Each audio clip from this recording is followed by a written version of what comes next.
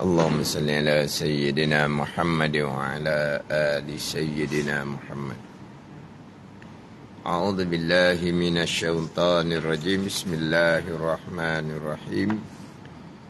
الحمد لله رب العالمين، والصلاة والسلام على سيد المرسلين وعلى آله وصحبه أجمعين. Rabbi syarah li sadri wa yassir li amri wahlul 'uqdatam min lisani yafqahu qawli. Subhanaka la ilma lana illa ma 'allamtana innaka antal alimul hakim. Wala haula wala quwwata illa billahil aliyyil azim. Kitab Pati Paridah, muka surat 64, baris yang keempat daripada bawah. Muka surat 64, baris yang keempat daripada bawah.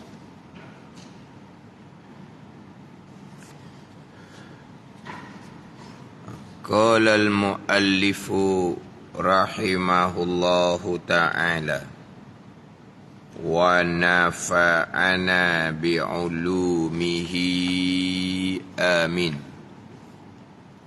Tajuk dia taubah daripada dosa. Taubah daripada dosa. Jadi bicara taubah ini bicara dalam ilmu tasawuf. Taubah ini bicara dalam kitab tasawuf. Kalau kitab tasawuf penawar bagi hati, taubah sifat mahmudah yang pertama daripada 10 sifat mahmudah. Taubah, khauf, zuhud, sabar, syukur, ikhlas, tawakul. Jadi dalam kitab penawar bagi hati, sama dengan kitab yang kedua kita baca, kitab Hidayatus Salikin. Kitab kedua yang kita baca, kitab Hidayatus Salikin, selepas habis fiqh dia akan masuk tasawuf. Dan kitab Hidayatus Salikin yang kitab yang kedua tu kan permulaannya tajuk ilmu, kemudian pindah kepada tajuk akidah. Yang sedang bicara sekarang tajuk ta'at zahir, fiqh. Nanti dia akan masuk kepada berkaitan dengan pelihara 7 anggota, kemudian masuk kepada pembicaraan 10 sifat mazmumah. Kemudian di bab yang kelima masuk 10 sifat kepujian. Jadi bab yang kelima dalam kitab Hidayatus Salikin, 10 sifat kepujian. Sifat kepujian yang pertama, taubah. Kalau dalam kitab Minhajul Abidin karangan Imam Ghazali rahimahullah, taubah duduk di aqabah yang kedua. Aqabah yang pertama, bonggok yang pertama, peringkat yang pertama ilmu. Aqabah yang kedua, bonggok peringkat yang kedua, taubah. Tapi dalam kitab Pati Paridah ni ada bicara berkaitan dengan taubah. Selepas membicarakan berkaitan dengan sebab kufur, jadi murtad, kemudian bicara pula dengan pegangan ya bid'ah. Jadi bila bicara sebab jadi murtad, bila bicara berkaitan dengan pegangan yang bid'ah yang berdosa besar, maka dalam kitab ni dia sentuh berkaitan dengan taubah. Kemudian di musyaf sebelah tajuk dia pula rukun taubah. Di bawah tu orang mati belum taubah, dia mati tidak sempat bertaubah. Kalau mati belum sempat bertaubah daripada dosa kufur, itu wajib syarak, wajib akal akan diseksa. Adapun orang mati belum taubah daripada dosa-dosa furu' agama, itu terserah kepada Allah Subhanahu wa taala. Bahkan dosa-dosa furung agama, dosa hak berkaitan dengan hak zahir, dosa berkaitan dengan hak hati, sudah dia mati belum sempat bertaubah, tapi dosanya masih lagi. Dosa selain dia dosa syirik kepada Allah, harus Allah mengampuni walaupun tanpa bertaubat, walaupun tanpa didoakan keampunan oleh orang lain. Pada ni, dosa kufur, dosa syirik, itu sama sekali Allah Ta'ala tidak akan mengampuni. Allah Ta'ala sama sekali tidak akan mengampuni orang yang mati dalam keadaan syirik kepada Allah Subhanahu Wa Ta'ala. Orang yang syirik kufur kepada Allah, pintu taubahnya terbuka pada masa dia hidup. Dia kembali bertaubah. Kalau kufur kau mengucap 2 kalimah syahadah, masuk Islam dan beriman. Tapi kalau mati kufur, mati dalam keadaan kufur, hak ni mustahil sama sekali diampuni oleh Allah Subhanahu Wa Ta'ala. Adapun dosa-dosa yang lain, yang pertama, tanpa sendiri bertaubah, tanpa ada doa keampunan daripada orang lain, harus Allah mengampuni. Kemudian pula dia sempat bertaubah dengan taubat nasuha, Allah ampuni. Dia belum sempat bertaubah, dia mati,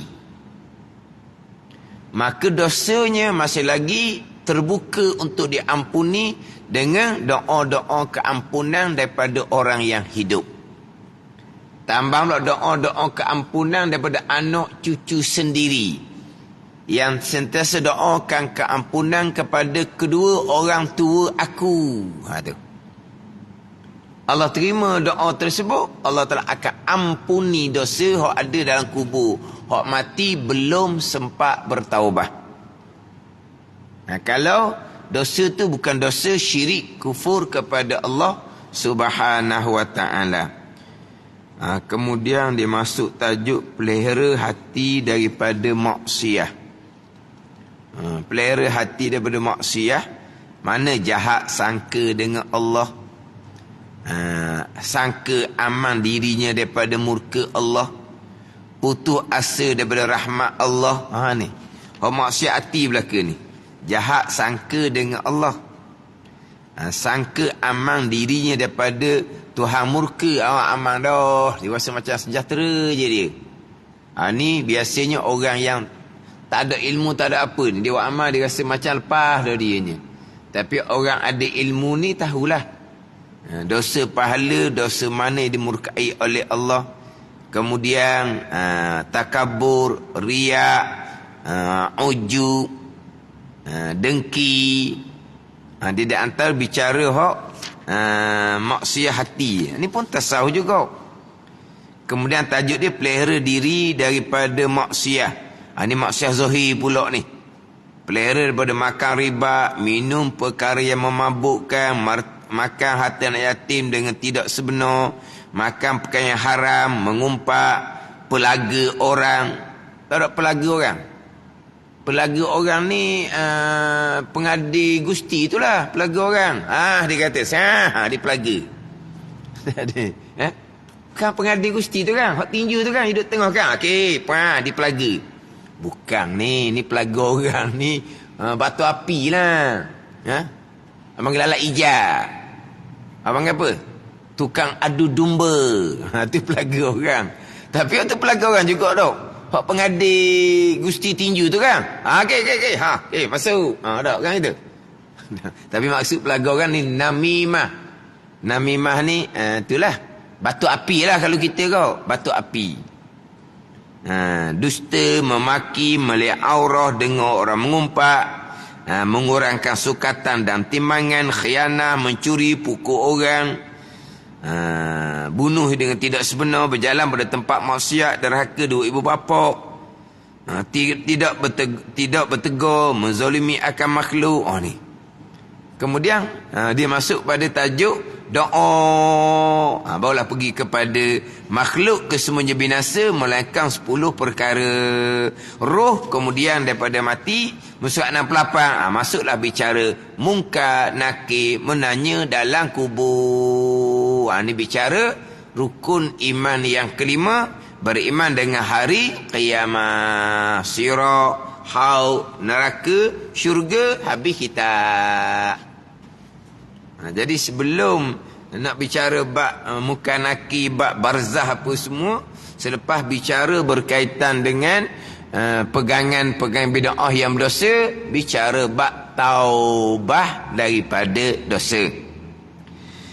Wajib atas mukallaf, wajib atas mukallaf taubah. Mukallaf ni orang yang baligh serta berakal. Wajib atas mukallaf taubah. Taubah ni daripada dosanya. Satu. Yang pertama, wajib atas mukallaf taubah. Apa dia taubah? Rukun taubah dinyatakan di mushaf sebelah. Taubahnya ada rukun. Sembahyang ada rukun. Puasa ada rukun. Haji ada rukun. Jadi nak sah sembahyang, puasa, haji, sempurnakan rukun. Taubah ada rukun. Nak sah taubah, kena lengkapkan rukun. Dia akan bicara rukun taubah di hadapan. Yang mana di dalam rukun taubah tidak ada pun menyatakan perbanyakkan istighfar, tidak ada. Dalam rukun taubah tidak ada dinyatakan sembahyang sunat taubah, tidak dinyatakan. Sebab itu bukan rukun taubah. Taubah yang pertama ibadah batin, tasawuf. Istighfar ibadah zahir, lidah. Sembahyang sunat taubah tu bahagian pekoh. Kemudian taubah wajib. Maka rukun pasti wajib. Tak ada ni? Sembahyang wajib, rukun wajib lah. Puasa wajib, rukun wajib lah. Jadi taubah wajib, rukun pasti wajib. Istighfar kita maklum, sunat perbanyak. Sembahyang sunat taubah kita maklum. Nama dah sembahyang sunat taubah, hukumnya sunat. Ianya bukan rukun taubah. Saya nak taubah ni, saya kena perbanyak istighfar. Kamu kena lengkapkan rukun taubah. Dan disunatkan kamu perbanyakkan taubah. Kamu nak taubah, adakah kena sembahyang sunat taubah? Kamu kena melengkapkan rukun taubah. Dan disunatkan kamu sembahyang sunat taubah. Kena sebut gitulah. Tidak menafikan istighfar, tidak menafikan sembahyang sunat taubah, tapi itu sunat yang ianya bukan rukun. Jadi nak bertaubah, lengkapkan rukun. Apa rukun taubah? Kena belajar lah. Oh, nanti kena bangun malam ke? Bangun malam disunatkan. Nak bangun malam, baguslah sebab disunatkan. Tapi rukun taubahnya mana? Balik pada ilmu lah. Tanpa ilmu tak ada taubah. Itu bicara berkaitan dengan rukun taubah. Kalau rukun taubah pun tak kena, waktu balik awal lah. Banyak pula yang tukang ceramah pula. Taubah perbanyakkan istighfar. Taubah sembahyang sunat taubah. Gitu je. Dan rukun taubahnya mana? Hanya rukun taubah pun tak kena. Bayangkan. Bicara taubahnya macam mana? Itu hanya bicara rukun taubah. Nak taubah ni, dosa pahala kena molek. Dosa pahala akidah hak mana? Dosa pahala pekoh hak mana? Dosa pahala tasawuf hak mana? Lepas tu dalam kitab Minhajul Abidin, akabah yang pertama ilmu. Beres ilmu, akabah yang kedua barulah taubah. Tapi ilmu tak ada taubah. Oh, taubah daripada dulu tinggal semayang. Kena taubah lah. Apa rukun taubah? Akan bicara nanti. Sekarang sembahyang. Semayang sekarang ni betul ke tak pekoh? Kalau semayang sekarang pekoh pun tak betul, hukumnya tak semayang lagi. Bukan nak fikir, nak taubah dulu tinggal sembahyang. Yang kamu sembahyang sekarang ni, hukum syaraknya meninggalkan sembahyang. Sembahyang yang tidak betul hukum fiqh, nisbah syarak dihukumkan meninggalkan sembahyang. Nak taubah daripada tinggal sembahyang dulu. Sekarang ni tak hukum sembahyang lagi sekarang ni kalau tak belajar fiqh. Kemudian nak sah sembahyang bukan belajar fiqh saja, akidah kena betul. Kalau akidah salah pula kapik ijma' ulama, sembahyang tidak sah. Nak taubah macam mana? Kena ngajilah bab akidah dulu. Itu cara dia. Ni mari masjid nak sembahyang, ilmu tauhid tak belajar, ilmu fiqh tak belajar. Saya nak bertaubah daripada dulu saya tinggal sembahyang, lamalah tinggal sembahyang. Dah sekarang ni sembahyang dah. Alhamdulillah sembahyang dah. Dah belajar dak fiqh. Betul dak bacaan rukun qauli dalam sembahyang? Dak belajar. Tak betul hukum syaraknya meninggalkan sembahyang. Taubahnya kok mana? Sebab itulah nak taubah, nasihatnya belajar fardu ain. Itu jalan putus, jalan mandatori untuk bertaubah. Nak bertaubah, putus dah, mandatori. Belajar fardu ain tauhid, fiqh, tasawuf. Itu jalan taubah. Kalau tak belajar 3 ilmu ni, tak ada taubah. Dia belajarlah fardu ain tauhid, alhamdulillah. Dia bertaubah daripada pegang-pegang salah. Fiqh tasawufnya macam mana? Tak belajar, hanya taubah hak dosa akidah saja. Dosa fiqh tasawuf nak taubah macam mana kalau tak belajar? Jadi nak lengkap bicara taubah, fardu ain tauhid, fiqh tasawuf. Itulah syarat yang mandatori, putus. Terutama sekali fardu ain tauhid. Kalaulah fardu ain tauhid tak belajar, tak ada taubah sampai ke sudah. Kalau tak belajar fardu ain sampai ke mati, dia tidak pernah bertaubah sampai ke mati. Nak taubah fardu ain tauhid, fiqh, tasawuf. Itu je jalan dia. Tidak ada jalan lain. Tidak ada jalan lain. Jalan dia, dah saya ni macam mana? Belajar fardu ain. Kamu belajar fardu ain tu, itu taubah yang pertama. Belajar fardu ain itulah taubah yang pertama, taubah daripada dosa besar, mengekali jahil fardu ain. Itu taubah yang pertama. Taubah dari dosa besar, mengekali jahil fardu ain. Itu taubah yang pertama. Belajar fardu ain tauhid, jumpa salah pegangan. Taubah satu pegangan tu. Belajar fardu ain fiqh, Allah banyaknya tinggal semayang kerana jahil hik dan nipah. Taubah tu. Belajar fardu ain tasawuf, Allah riya, ujud, takabur dosa besar. Taubah tu. Tapi belajar itulah permulaan taubah daripada dosa besar, mengekali jahil fardu ain. Itu dia.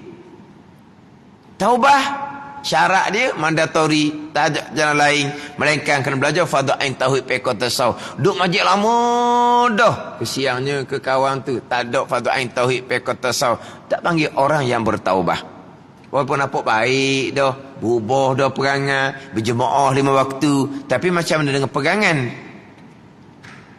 Semayang macam mana? Sekarang semayang, dulu tak semayang. Pasal sebut tadilah, semayang yang tidak melengkapi syarat rukun, pada syaratnya masih lagi meninggalkan sembahyang, masih lagi belum sembahyang.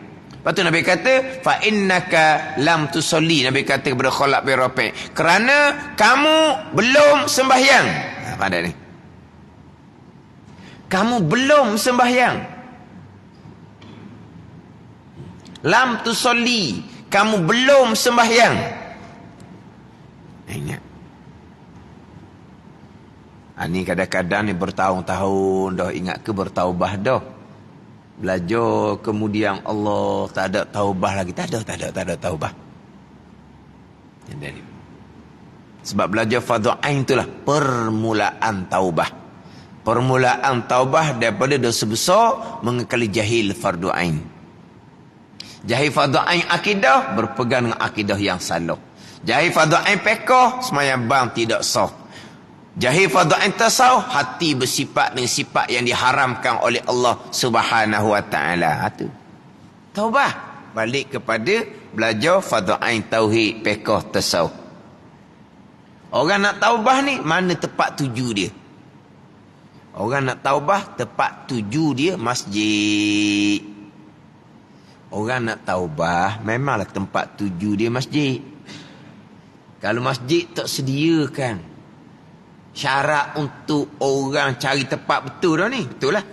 Orang nak taubah, mari masjid tu betul lah. Tempat tuju dia betul dah. Nak taubah, mari masjid. Malang terkadang masjid tu sendiri tidak melengkapkan syarat untuk bertaubah, ilmu fardu ain, tauhid, fiqh, tasawuf. Sebab apa? Sebab yang pegang masjid tu sendiri jahil fardu ain, tauhid, fiqh, tasawuf. Yang duk pegang masjid tu sendiri jahil fardu ain, tauhid, fiqh, tasawuf, dia tak tahu pun. Kalau buat kuliah pun buat, dia tak tahu pun hak mana fardu ain tauhid, hak mana fardu ain fiqh, hak mana fardu ain tasawuf, kerana masjid dipegang oleh orang jahil. Ada pun orang dah.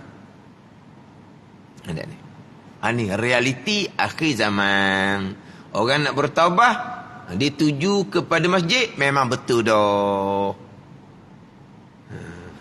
Jadi sekarang ni kadang-kadang nak taubah macam mana? Hidup pondok. Tu baru jadi dah. Nak taubah, gila jinak-jinak lah dengan masjid. Nak taubah. Nak taubah, kamu hidup pondok. Sure, seumpama tu bukan semua orang boleh buat. Nak pergi pondok mana dia ada kerja buat, tanggung nafkah keluarga, nak pergi pondok macam mana dia ada tanggungjawab.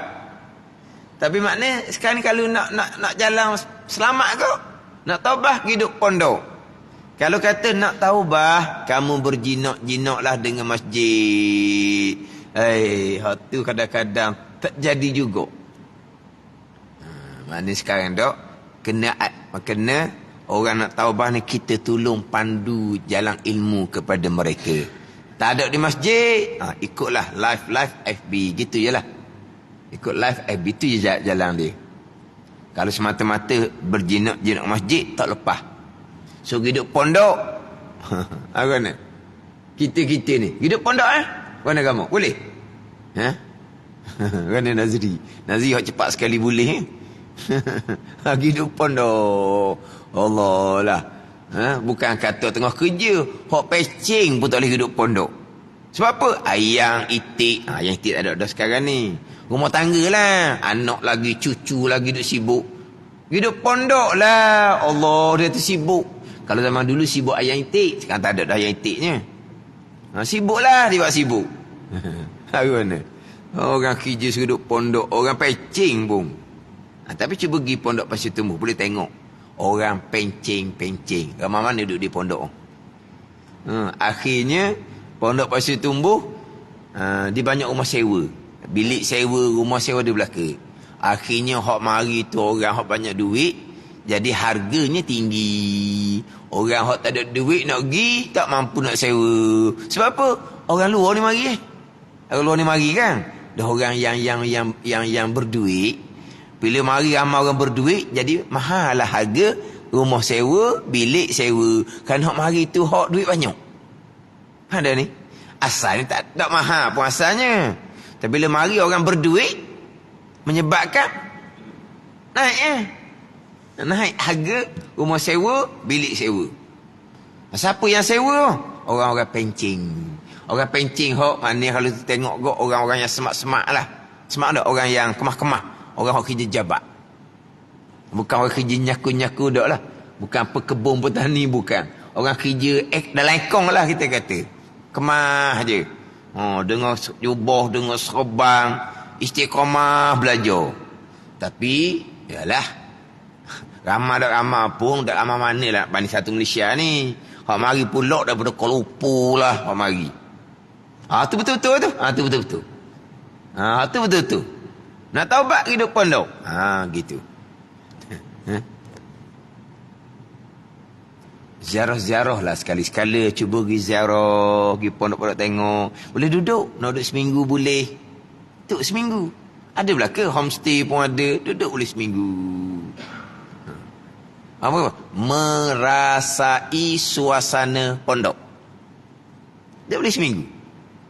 Nak duduk homestay hok mewah, hok ada aircon, ada? Tapi mahal lah. Mahal lah. Nak duduk seminggu kan. Cari homestay hok aircon, hok mewah. 1.5 ada, sehari semalam. Duduk boleh seminggu. Mana? Merasai suasana pondok, berjemaah 5 waktu, berwirid yang lengkap, kemudian duduk dalam majlis ilmu pagi sampai ke malam.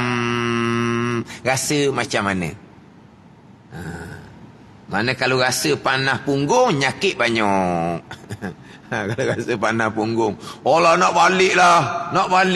Ada seorang untuk sebelah tu, nak balik, tu kena berubat. Banyak nyakit tu. Orang yang tak ada nyakit memang selesa sangat-sangat. Beribadah, ilmu amal. Kalau sekali bicara orang kata hidup pondok, selesailah. Hak nak bertaubah. Tapi tak boleh semua orang. Mari ke masjid, kena susun molek. Tanpa ilmu fardhu ain, tak ada taubat. Terutama sekali, hak ilmu fardhu ain tauhid. Tak ada ni, tak ada. Bertahun-tahun gitulah. Tak ada taubat. Hak rukun taubat tak tahu dah. Nak taubat apa? Dosa yang paling besar dosa akidah. Mana dosa akidah? Akidah salah macam mana?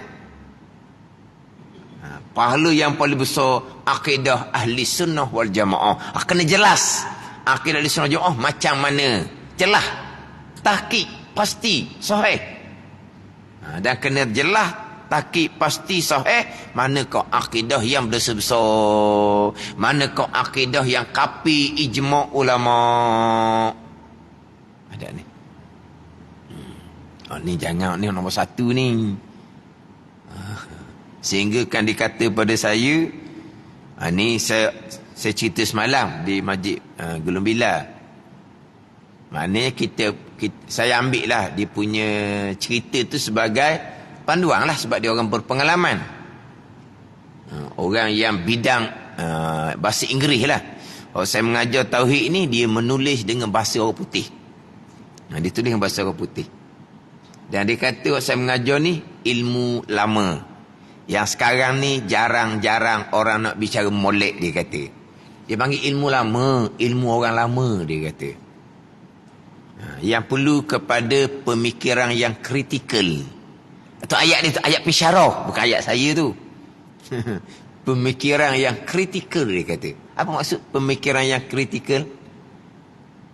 Dia kata pemikiran yang tahap pertengahan ataupun tahap tinggi. Kalau tahap bawah, dia kata dia kena pemikiran yang kritikal. Sebab ilmu ni orang sudah tinggal, dia kata. Ini ilmu orang lama. Orang disebut gitu, senyap je. Lama bercakap. Dia orang tua lah, dia orang tua. Jumpa pada masa pengkebumian. Ada orang meninggal kemarin tu, saya pergi kubur. Semain di masjid, lepas tu saya pergi kubur. Jumpa di kubur tu lah. Dia bekas pensyarah. Dia orang lama lah. Ada cerita ilmu orang tua, ilmu orang lama, dia kata. Tapi dia ikut, tapi dia tulis, dia kata melalui bahasa orang putih. Sebab dia share kepada orang-orang yang berlatar belakang orang putih lah. Maksud dia gitulah. Macam mana dia tu tulis YouTube apa gitulah dia royak. Tapi panjanglah bercakap dengan dia. Mana kita boleh ambil ni maklumat dia, pengalaman dia.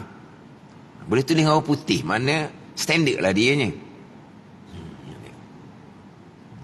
Dia kata ilmu tauhid sekarang, dia kata payah, dia kata. Payah, dia kata. Jadi kalau tauhid ni tak ada lah taubah. Tauhid tak ada taubah. Tak ada.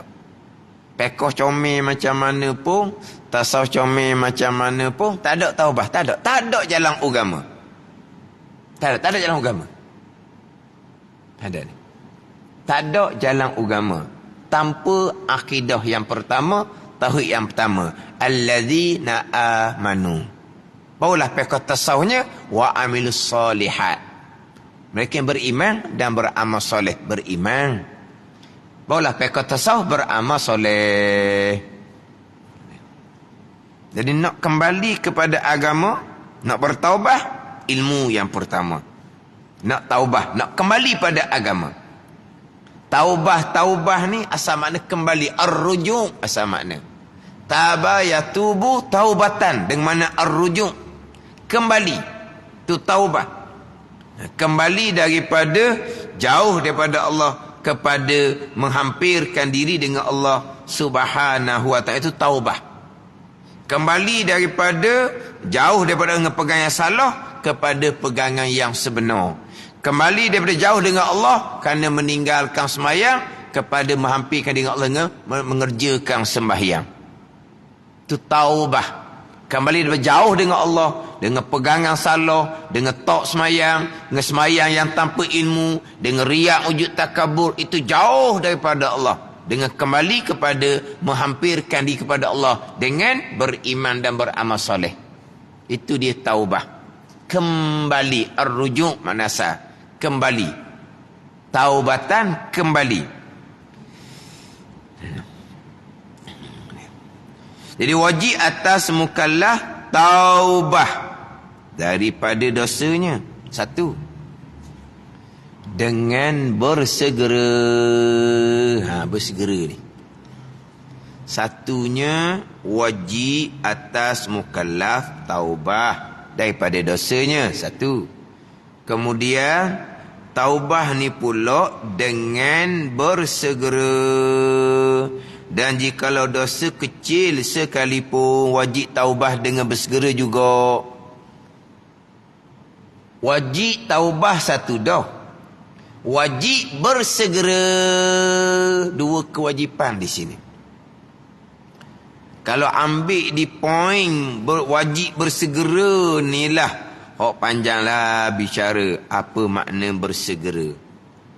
Cuma nanti rukun taubah di musyaf sebelah tu hanya didatangkan 3 rukun taubah. Kemudian didatangkan dosa dengan manusia, ada rukun taubah yang keempat. Cuma dalam kitab Pati Paridah ni tidak didatangkan dosa yang ketiga, dosa meninggalkan kefarduan. Jadi rukun taubah nusak 65. Ada 3 rukun taubah. Dosa dengan Allah Subhanahu wa ta'ala. Dosa pegangan salah, dosa berjudi minum arak, dosa riak, wujud, takabur. Itu dosa dengan Allah. Dia ada 3 rukun taubah. Satu lagi dosa dengan manusia, didatangkan rukun taubah yang keempat. Itu dosa yang kedua. Dosa yang ketiga tak ada. Dosa dengan Allah berkait dengan meninggalkan kefarduan. Dulu tinggal semayang, dulu tinggal puasa, zakat sengaja tak bayar. Ini dosa dengan Allah, meninggalkan kefarduan. Dia ada rukun taubah yang keempat. Tak bicara dalam kitab ni. Tak bicara. Jadi bila bicara kepada taubah daripada dosa meninggalkan kefarduan, rukun taubah yang keempatnya adalah qada kembali. Bila qada kembali ni wajib qada semayang, okey. Wajib qada puasa, okey. Tapi wajib bersegera. Bersegera ni lah jadi isu besar. Bersegera ni lah jadi isu besar. Wajib qada semayang, okey dah. Walaupun ada pandangan-pandangan yang terpencil mengatakan tak wajib qada. Tapi ittifaq 4 mazhab, mazhab Hanafi, Maliki, Syafi'i, Hambali, wajib qada sembahyang ditinggal dengan sengaja. Tapi poinnya dengan bersegera. Dan kitab fiqh Islami wa adillatuhnya al-qada'u bil fawri. Qada sembahyang puasa dengan segera. Segeralah poin bermasalah. Bersegera ni lah poin bermasalah. Semata-mata kamu kena qada sembahyang. Tinggal masa muda-muda. Kamu kena qada puasa. Yang kamu tinggal masa muda-muda. Tu tak ada masalah. Bersegera. Ada satu ceramah tu orang berkenaan lah. Orang yang diikuti ramai lah. Bersegera dengan bahawa tiap-tiap hari tu lepas sembahyang fardu qada satu. Lepas sembahyang fardu qada satu. Jadi qada sehari satu fardu je. Qada subuh sekali, qada zuhur sekali, qada asar sekali, qada maghrib sekali, qada isyak sekali. Bersegera dia kata, Allah tu tak nampak jalan langsung. Kalau kata masa dulu tinggal 10 tahun, bersegeranya 10 tahun lagi baru selesai. Itu bersegera. Hak tu kau tak kena sangat-sangat. Tak kena dengan makna bersegera. Tapi bila sebut kata bersegera mengikut pandangan muktamad, apa makna bersegera? Qada sembahyang, bersegera qada puasa mudah. Qada hari-hari lah. Saya nak pilih Isnin, saya nak pilih Khamis, saya nak qada ke guru Isnin, guru Khamis. Bersegera panggil gitu. Itu hak qada yang tak wajib bersegera. Umpama perempuan yang tinggal solat kerana haid, kerana nipah. Dia tinggal solat kerana haid, kerana nipah. Kerana nipah lah contohnya. Sebulan dia tak puasa. Kerana dia beranak di dekat-dekat dengan Ramadan. Jadi sebulan dia nipah. Sebulan dia tak puasa. Hutang dia 30 hari. Dia pun nak qada ambil hari Isnin, ambil hari Khamis. Nak qada gitu. Itu tak ada masalah. Sebab qada wajib. Tapi bersegera sunat. Pandai ni? Orang perempuan tak semayang kerana haid dan nipah kan? Dia tahu kan? Qada semua tahu dah wajib. Bersegera? Kerana dah wajib itulah kadang-kadang dia tunggu Rejab dengan Syakban baru nak qada. Tunggu Rejab Syakban. Sebab apa dia lambat qada? Sebab dia tahu bersegera qada sunat. Jadi kalau nak cari hari Isnin, nak qada puasa dengan sunat Isnin. Hari Khamis nak qada puasa dengan sunat Khamis. Bolehlah. Tapi kalau wajib bersegera tak boleh gitu. Dia kena hari-hari. Lepas tu panggil bersegera. Boleh lagi turut. Kalau dia faham seumpama tu, dia pun qada hari-hari. Macam mana bersegera qada semayang? Oh, kalau cerita bersegera qada semayang kok, patut riak lah tukang dengar. Pakai dok qada daripada awal dah lah. Nantilah sampai bicara rukun taubah nanti saya akan selit lah. Saya akan bawa kitab Kifayatul Muhtadi, kitab Sabila, tu kitab Buriyah. Ambil kitab besar-besar sikit. Apa makna bersegera? Wajib bersegera. Tinggal kewajipan bersegera, haram lalu dah. Dah bersegera wajib, tinggal segera tinggal wajib, maka haram. Ditinggal bersegera qada pun, dia nak sembahyang sunat, haram. Bukan haram sembahyang sunat, haram kerana meninggalkan kewajipan, wajib qada bersegera.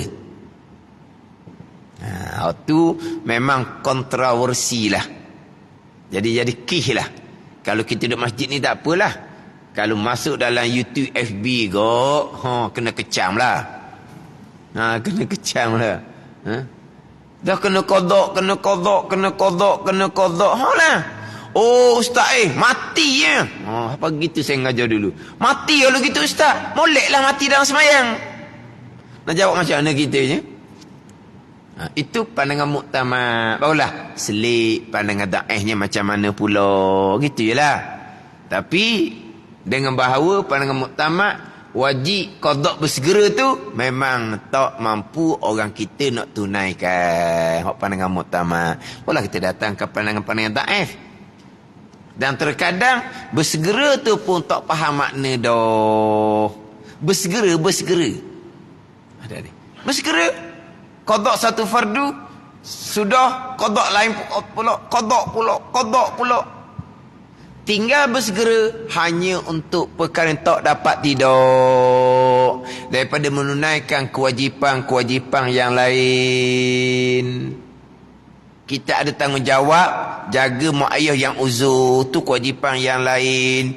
Kita ada tanggungjawab cari nafkah keluarga, itu kewajipan yang lain. Kemudian dalam kehidupan ni kita kena makan, kita kena minum, kita kena qada hajah, ada masa kita kena tidur. Tu je dibenarkan. Selain itu tak ada. Sebab kalau hak dak wajib tak ada. Tinggal je bersegera kerana perkara yang tidak wajib, maka berdosa haram. Haram kenapa? Kerana meninggalkan bersegera.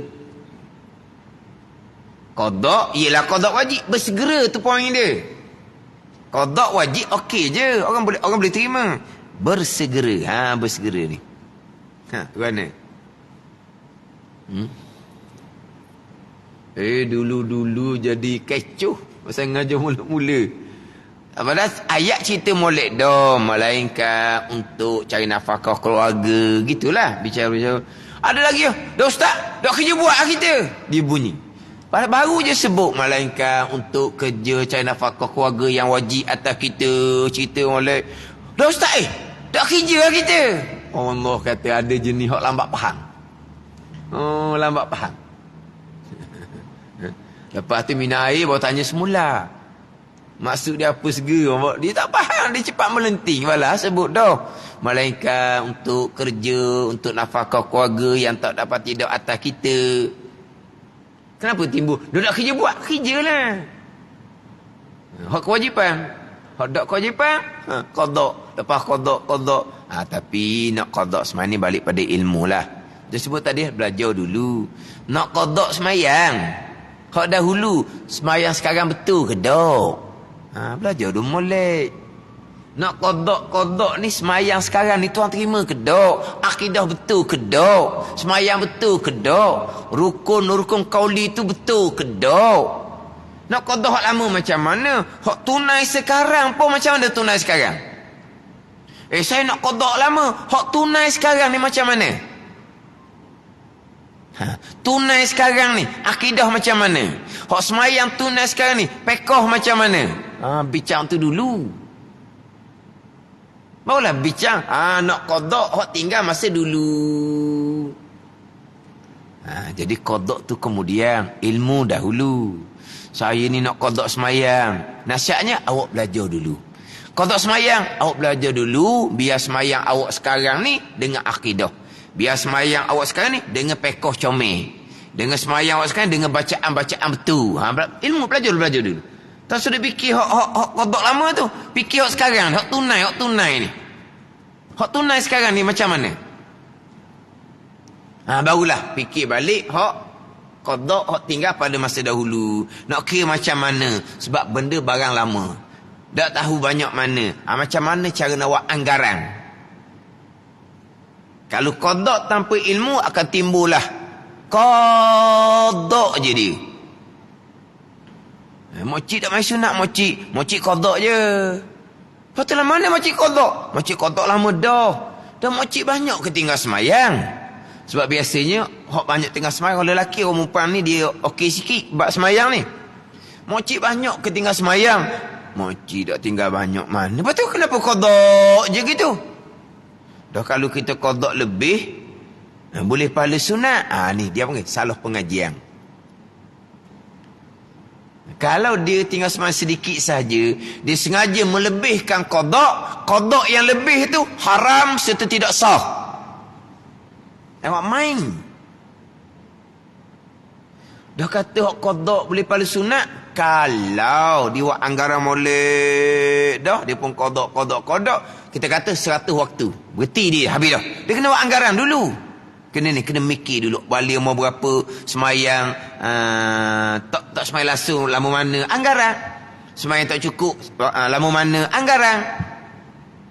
Kena buat anggaran dulu. 100 waktu contohnya. Ataupun dia tinggal semayang kerana kehit dia tak semayang segera. Kerana nipah dia tunggu 44 hari. Hak memang nipah dia kira lama dah. Nak kira tu. Kira tu berapa waktu, berapa hari. Qada untuk waktu tu. Jangan lebih. Qada untuk waktu tu. Hak kata 1 hari itu sebenarnya hanya 80 hari. Contoh. Dia qada untuk 100 hari. Kena-kena di ilmu Tuhan, di 90 hari je sebenarnya. Jadi 10 hari itu boleh pahala sunat. Hak tak sengaja buat lebih ni, bukan sengaja buat lebih, lepas tu nak pahala sunat tak boleh. Jadi pelik. Orang yang main sunat belaka, dia qada, pelik lah. Mana mokcik duk qada gini? Mokcik tinggal banyak ke? Tak. Tak apalah dia kata, ustaz qada lebih, boleh pahala sunat. Kalau anggaran kita sedikit, kita sengaja qada lebih, haram setidak sah. Berhenti lah, cukup lah. Perbanyakkan semayang sunat. Tu jalan dia. Dia buat qada. Kata tak kena cara. Lepas tu kena belajar molek. Kena belajar molek dulu. Sebab ada orang yang beramal sok. Saya pernah jumpa. Dia qada manjang. Tak ada buat sunat. Kata pelik sungguhlah. Dah lama dah. Ada orang sebut qada tak mengaji terus. Ni pula terlebih. Ada orang tak masuk kelas Ustaz Wan. Sebab apa? Dia kata wajib qada sembahyang hak tinggal masa dulu-dulu. Berat kita. Kita banyak main tinggal sembahyang masa dulu. Dah bila kita nak main sunat dia nak marah. Dia tak masuk kelas. Dia nak marah. Kerana Ustaz Wan kata wajib qada sembahyang. Siapa kata wajib qada sembahyang? Ittifaq 4 mazhab. Saya siapa nak letak hukum? Dia nak marah kerana Ustaz Wan kata wajib qada sembahyang. Tak mau belajar, tak mau pergi kelas. Dah bila kita nak main sunat, dia nak main sunat. Inilah manusia yang apa benda tak tahulah. Qada sembahyang ni wajib ittifaq 4 mazhab. Imam-imam muktabar menyatakan wajib. Bukan saya kata. Lepas tu tak mau belajar. Sebab apa? Dia nak main sunat. Tak mau qada. Jalan je lah. Jalan masing-masing kan. Jalan masing-masing. Siapa tak mau belajar kerana qada sembahyang wajib. Ada orang pula rajin qada siapa ke dia qada walaupun dia tinggal sembahyang sedikit saja. Mana balik pada ilmu molek lah. Biasanya memang qada sembahyang isu yang apa ni? Isu yang relevan lah kita kata. Sebaik-baik orang pun ada hutang sembahyang. Sebaik-baik orang pun ada hutang puasa. Hutang puasa pun ada. Mari tanya hutang puasa. Kamu ni sekolah Arab. Sama-sama sekolah Arab dulu. Mari tanya hutang puasa. Kan kamu sekolah Arab kan? Kalau agama dia bertentang satu. Mana ada tinggal puasa? Ada dia kata. Allah, hak baik dah tu. Hak baik. Ada juga hutang puasa. Ada juga hutang semayang. Kata pelik juga. Tu. Mana qada semayang ni memang relevan lah kita kata. Lepas tu kalau dulu semayang tanpa ilmu banyak salah nak kena qada. Atau balik pula pada ilmu fiqh. Hak salah hak mana yang wajib kena qada kembali. Salah yang ijma' ulama. 4 mazhab kata salah. Atau kena qada lah.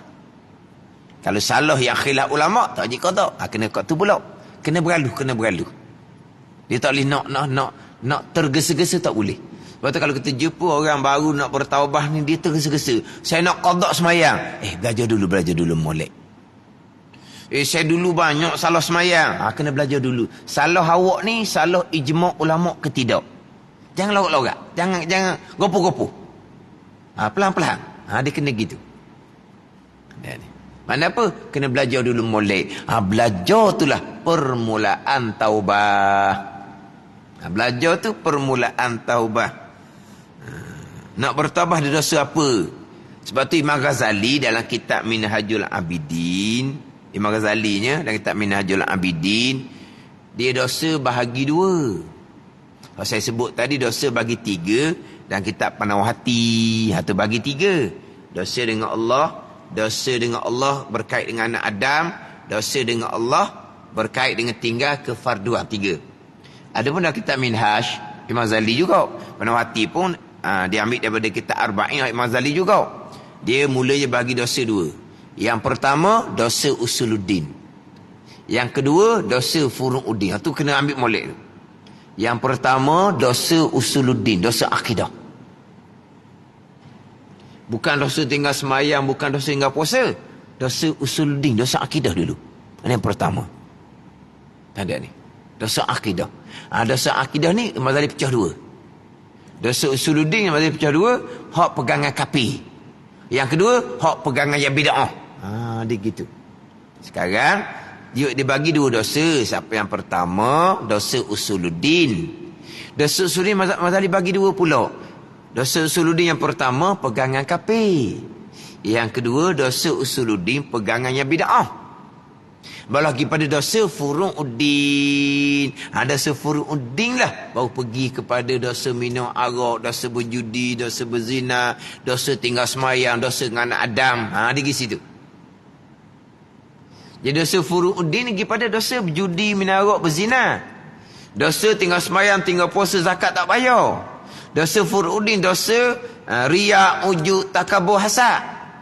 Dosa ni furu'uddin cabang agama ni, dosa dengan anak Adam. Harta orang ambil tak pulangkan balik. Tipu orang, hutang orang tak bayar. Ni mengumpat orang, itu dipanggil dosa furu'uddin, dosa cabang. Banyak dosa cabang ni. Tapi Imam Ghazali mulai dengan dosa usuluddin, dosa pegangan. Pecah dua, pegang yang kafir, pegang yang bid'ah, pegang yang dosa besar. Ini dalam kitab Minhajul Abidin. Jadi kita nak bertaubat, ilmu tauhid yang pertama. Untuk memastikan akidah kita, akidah yang sebenar. Tidak berakidah dengan akidah yang dosa besar, dia panggil dosa usuluddin. Sebab itulah diulang seumur. Fardu ain tauhid, pekoh tasawuf. Fardu ain tauhid, pekoh tasawuf. Terutama sekali fardu ain tauhid. Fardu ain tauhid. Akhirnya hak tauhid jadi ilmu orang tua, ilmu orang lama. Orang sekarang tak peduli. Orang sekarang ni dia tak minat ilmu tauhid sebab dia kata payah. Dia nak santai-santai. Dia nak hak sambil-sambil berhibur-berhibur. Balik-balik semalam boleh gapo, ingat ke balik bawa ilmu, balik bawa kelakar. Ada orang komen gitu, dia kata orang muda sekarang tak minat ilmu tauhid, berat. Diminat ilmu yang santai-santai, kelakar-kelakar dia tu. Berkait dengan ilmu pekoh, berkait dengan rumah tangga, berkait dengan semasa, orang minat. Tapi kalau ilmu akidah, orang muda-muda lari, dia kata, sebab bagi mereka berat. Bukan orang muda kita lah, kita ramai agak orang muda ni. Orang muda orang ramai-ramai tu. Memang ramai orang muda-muda seumpama tu. Orang muda-muda yang sentiasa melazimi majlis ilmu. Orang muda-muda yang mana kalau ada gambar ustaz, ada gambar dia. Nepek semualah. Tapi ilmu tauhid belajar ke tak? Berat, payah, tinggi. Ilmu tinggi. Ilmu sifat 20 ni ilmu tinggi. Bak qada ilmu tinggi. Allah kata. Itu ilmu tinggi apa? Itu ilmu usuluddin tapok. Bukan ilmu tinggi. Ilmu tinggi ni cerita bak makam-makam, itu ilmu tinggi. Ilmu usuluddin ni ilmu tapok. Tinggi kat mana? Tapok. Baru naik kepada tinggi-tinggi tu, cerita bak makam-makam awliya, itu ilmu tinggi. Takkan ilmu tapok ni tinggi. Jadi ilmu sifat 20, ilmu bab qada dikatakan ilmu tinggi, ilmu berat, ilmu payah. Orang muda tak minat, dia kata. Minat hak mudah-mudah, minat cepat-cepat. Wallahu a'lam lah. Sebab ada orang kata gitu. Ada orang kata gitu. Tauhid, pekoh, tasawuf. Terus sekalinya ilmu tauhid. Ulang sama-sama. Tak ada ni, tak ada agama. Taubah tak ada. Tak ada taubah. Walaupun duduk masjid, walaupun melazimi majlis ilmu sekalipun, tak ada tiga ni, tak ada taubah. Tak ada bicara taubah dan tak ada bicara agama. Tak ada.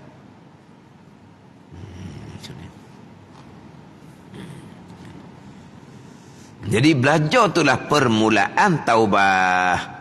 Daripada dosa besar, jahil fardu ain.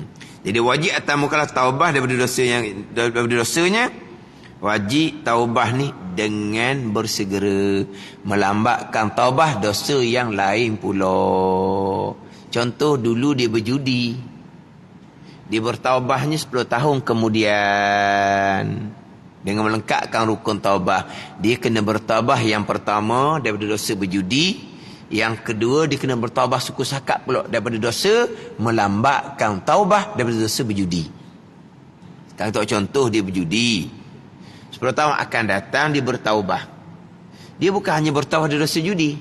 Dia kena bertaubah satu dosa lagi, melambatkan taubah. Tu. Melambatkan taubat tu satu dosa yang asing daripada dosa berjudi, yang wajib kena bertaubat asing suku daripada taubat dari dosa berjudi. Dua taubat situ.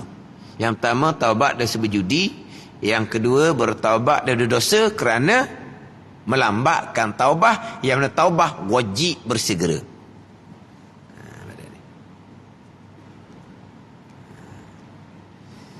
Dan kalau dosa kecil sekalipun, dosa kecil wajib bertaubah juga. Dosa kecil wajib bertaubah juga. Ini jumhur pandangan ulama.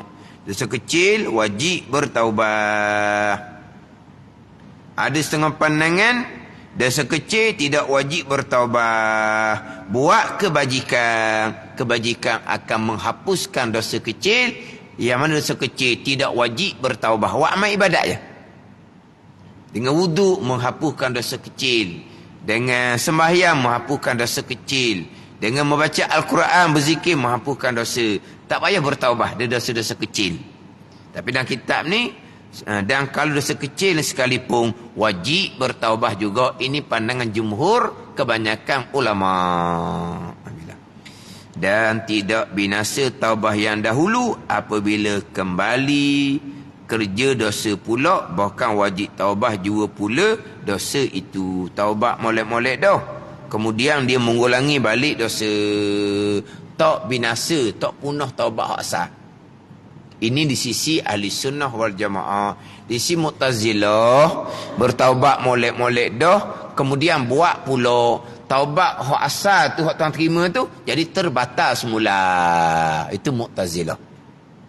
Dia bertaubat comel-comel dah, tuan terima dah taubat dia. Kemudian dia buat pula dosa yang sama. Jadi hak Tuhan hapuskan dosa didahulu kerana taubat yang diterima tu, cancel balik. Batal balik taubah tu. Dosa lama kembali semula. Sebab dia buat balik dosa yang sama kemudian. Itu Mu'tazilah. Ada sunnah dah. Hak selesai dah, selesai. Dia buat pula dosa yang sama sebagaimana terdahulu, itu dosa lain pula, kena taubat lain. Hak lepas dah tak ada dah, beres dah tu. Ini hak pandangan di sisi pandangan ahli sunnah wal jamaah. Wallahu a'lam.